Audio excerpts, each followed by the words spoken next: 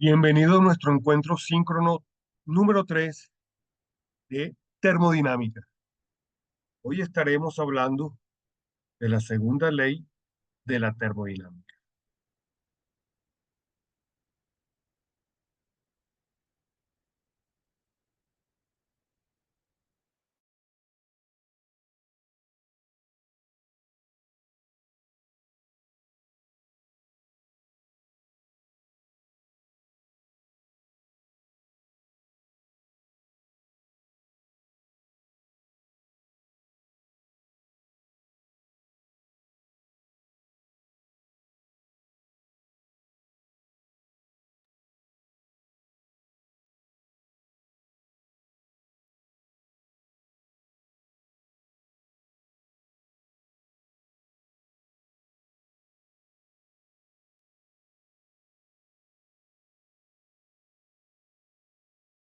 Para nuestra segunda ley de la termodinámica, esta se ocupa de las cuestiones que son totalmente ignoradas por el primer principio.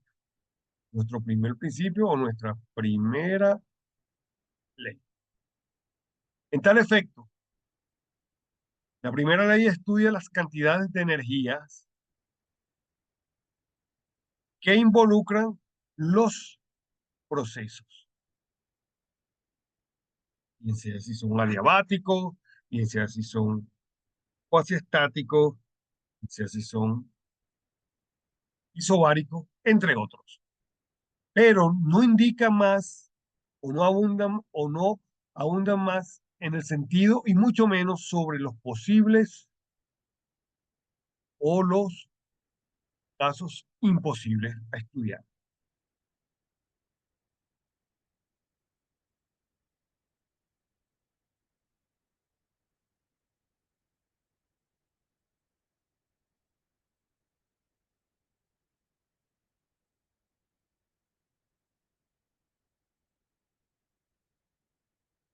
Veamos en tal sentido una aplicación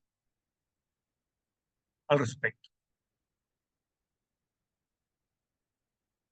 Consideremos este sistema mecánico masa-resorte. Es un sistema masa-resorte en el cual el resorte comprime, estira o comprime según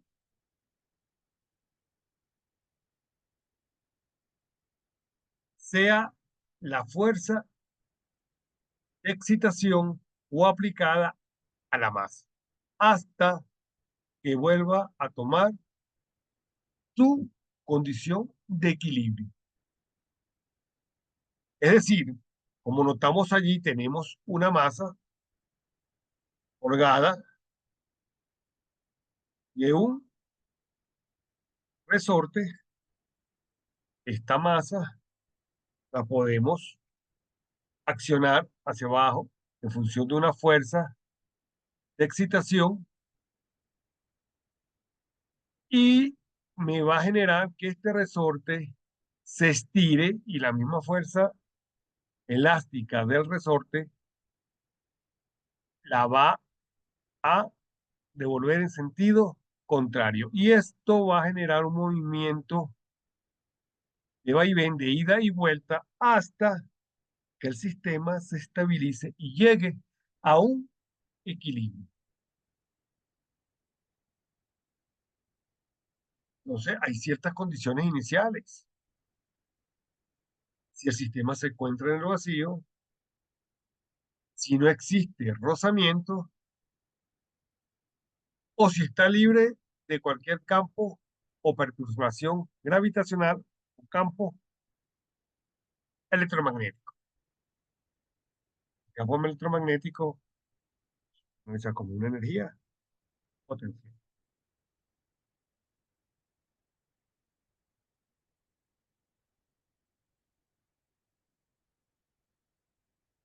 Bien, entonces, este proceso de ida y vuelta lo conocemos como un proceso reversible.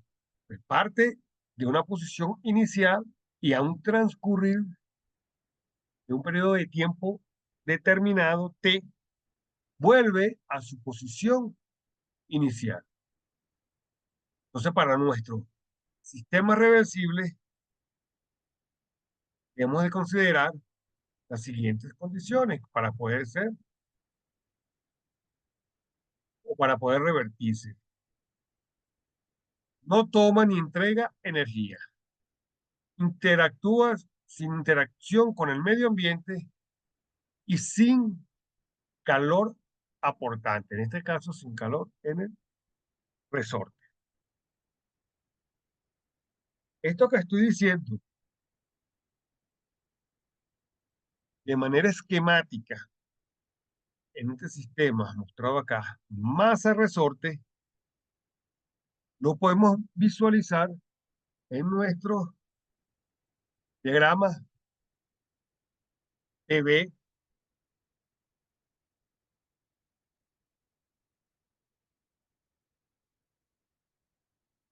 Dice nuestro diagrama PV, presión versus volumen. Y entonces, fíjense, tenemos que parte de un punto A, llega a un punto B, donde la presión inicial en el punto A es una presión determinada, pero mucho más baja que la del punto B, pero con un volumen menor. Tenemos una reducción de volumen con respecto al punto B. Entonces debemos de observar parte en A, donde tenemos una presión en el punto A llamada P1 y un volumen de 1. Cuando ella va de A a B y se incrementa la presión y se incrementa el volumen. Luego, cuando ella retorna de B hacia A, pasa, pero el caso contrario, disminución de volumen y disminución de presión. Por lo tanto, en el primer ciclo o la primera evolución, el trabajo realizado lo vemos que es un sentido horario, el sentido de las manecillas de reloj. Y lo podemos definir como el trabajo de A hasta B, el cual es igual a un integral desde un límite inferior de A B de la presión por su diferencial de volumen, siendo su resultado mayor a cero. Cero. Para nuestro segundo ciclo, segunda evolución, como hemos indicado, vas desde B hacia A en un sentido negativo o antihorario. Por lo tanto, su definición de la ecuación característica, el trabajo de B hacia A no es más que la integral de B con respecto a de la presión por el diferencial de volumen. Dicho resultado debe ser menor a cero. En tal sentido, el trabajo neto realizado por ese ciclo no es más que la sumatoria de ambos eventos, el de ida y el de vuelta. El trabajo de AB más el trabajo de B a condición fundamental para el análisis de los problemas que estaremos analizando.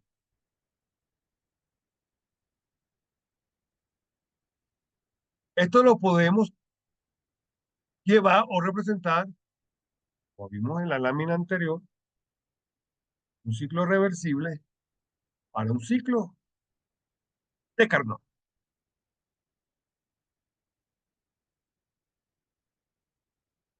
Acá vemos que nuestro ciclo de Carnot, el mismo diagrama PV, piense cómo van las condiciones de la condición 1 hacia la condición 2, donde el flujo de calor va entrando al sistema. Hay una disminución de la presión, una absorción del calor o una temperatura de su 2. Luego de la etapa 2 a la etapa 3, sigue el recorrido del ciclo,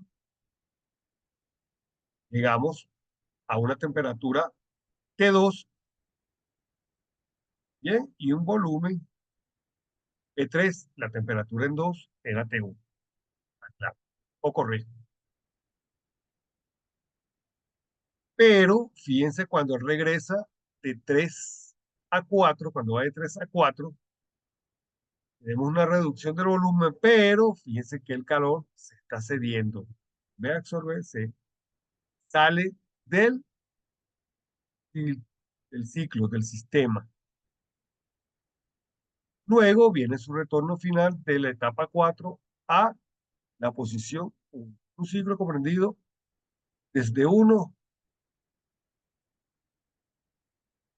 hasta llegar a 1, pasando por la condición 2, 3 y 4.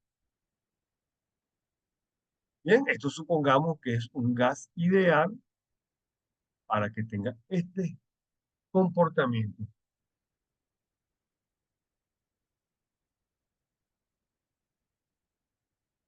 En tal sentido, nuestro ciclo muestra 4 evoluciones, 2 isotérmicas y 2 adiabáticas. Es decir, que la temperatura en el punto 2 es igual a la temperatura en el punto 1. Tenemos isotérmica.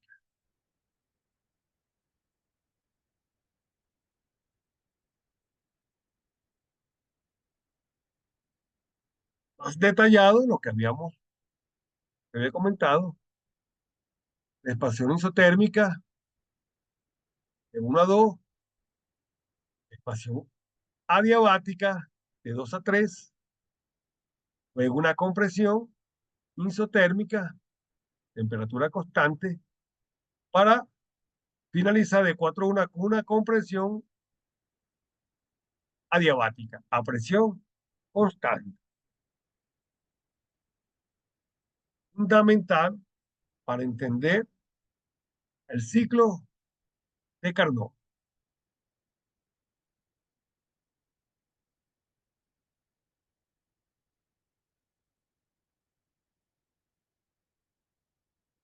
Veamos la relación motor versus nuestro ciclo frigorífico. En este primera recuadro de la izquierda tenemos el esquema de una máquina térmica. Ahora está siendo operado por un motor. Tenemos una fuente de calor cálida, una temperatura T-1 y tenemos una fuente de calor fría a una temperatura T-2.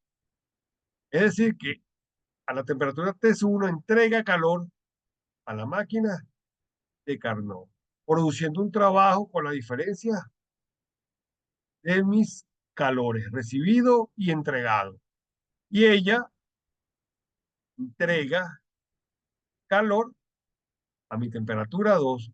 Por lo tanto, la temperatura, este calor recibido es mayor, en términos cuantificables de temperatura, que el que está entregando a la fuente de temperatura 2. Por lo tanto, por eso es que se llama una fuente fría. Fuente fría porque está a menos temperatura que la temperatura de entrada al sistema.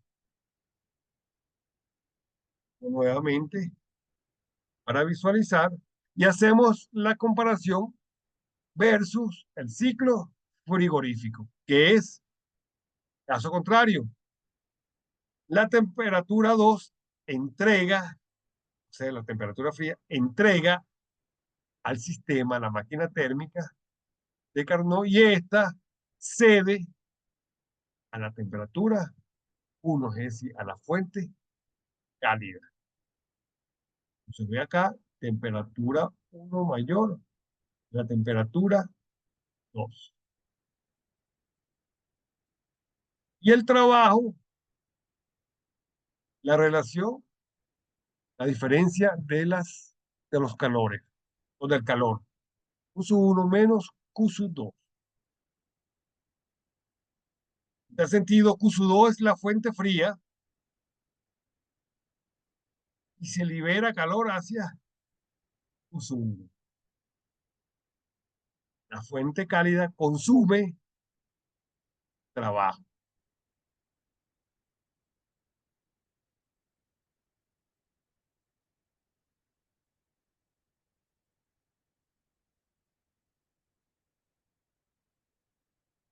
Aspecto fundamental que debemos de considerar para nuestro análisis de nuestras motores o máquinas térmicas versus ciclo frigorífico.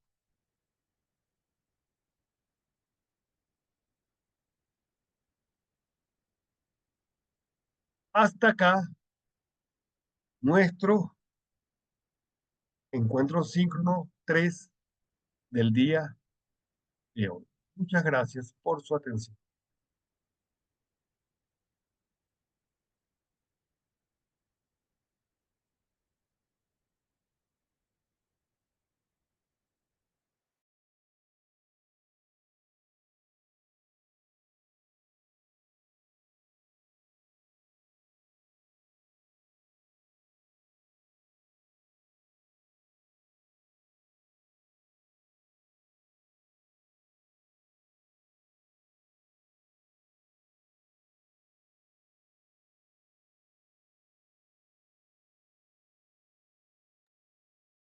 Hasta nuestro próximo encuentro síncrono